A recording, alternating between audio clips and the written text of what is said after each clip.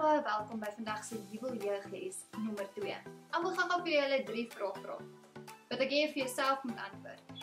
Die eerste vraag is, as jy vir iemand wat nog nooit die Bybel gelees of gesien het, sal moet verduidelik wat die Bybel is en waar dit gaan, wat sou jy vir hulle gesê het? Die tweede vraag is, hoekom dink jy in vandag se tyd lees die jong mense nie meer gereeld Bybel? Die derde vraag is, hoekom dink jy lees sommige mense wel gereeld die Bybel? Ek wil hê julle moet nou vir my oopmaak in julle boek op bladsy 6 en dan lees julle saam met my uit die Bybel uit. Psalm 1 vers 1 tot 3. Die Here lei die regverdiges. Dit gaan goed met die mens wat nie die raad van goddeloses volg nie met sonders omgaan en met die ligsinniges saamspan, maar wat in die woord van die Here sy vreugde vind en dit dag en nag oordink. Hy is soos 'n boom wat by waterstrome geplant is, wat op die regte tyd vrugte dra en waarvan die blare nie verdroog nie. Hy is voorspoedig in alles wat hy aanpak. Psalm 119 vers 9. Hoe kan 'n jong mens sy lewe skoon hou? Deur hom te hou aan u woord. Psalm 119 vers 105. U woord is die lamp wat my die weg wys, die lig op my pad. Psalm 119 vers 130. Wanneer u woord vir mense oopgaan, bring dit lig. Dit gee insig aan die wat nog onervare is. Ek wil hê soos wat ons nou deur die vraag gaan, kan jy die antwoorde na dit inskryf. Vraag nommer 1. Hoeveel boeke is daar in die Bybel? 66. Hoeveel boeke is daar in die Ou Testament? 39. Wat is die eerste 5 boeke van die Bybel?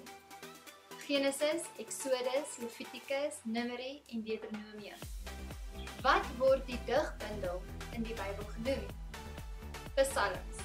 Noem die 4 evangelies en waar jy hulle in die Bybel sal vind. Matteus, Markus, Lukas, Johannes en dit is in die Nuwe Testament. Hoeveel hoofstukke het Openbaring?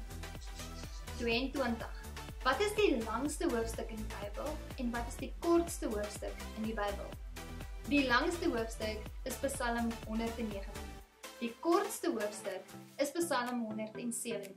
Laaste vraagie vir die pausgedeelte.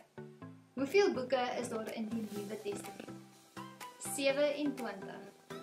Ek wil hê julle moet hierdie video pause. En dan wil ek hê julle moet gou gaan kyk na die rewind se gedeelte. Die eerste gedeelte op bladsy 7 gee vir ons 'n grafiese uitleg van die Ou Testament. En as jy dan omblaai op bladsy 8, is dit 'n oorsig oor die verhaal van die Ou Testament. Fast forward. Wat was die gedeelte wat vandag vir jou uitgestaan het in hierdie les? En hoekom dink jy het juist hierdie gedeelte jou geraak? Eject. Ek wil julle uitdaag om hierdie week Genesis 37 tot 50 te gaan lees. Dit is 'n verhaal waar God op pad was met 'n jong man wat groot drome gedroom het. En dan sluit ek vir ons af met die volgende 2 gedeeltes. Genesis 39 vers 2. Die Here was by Josef en dit het baie goed gegaan met hom. David Bosch. Om die woord van die liefdevolle God uit te lees sonder om jou liefde teenoor die naaste uit te leef, is soos om 'n spyskaart vir 'n klomp honger mense voor te lees sonder om een dis vir hulle voor te sit.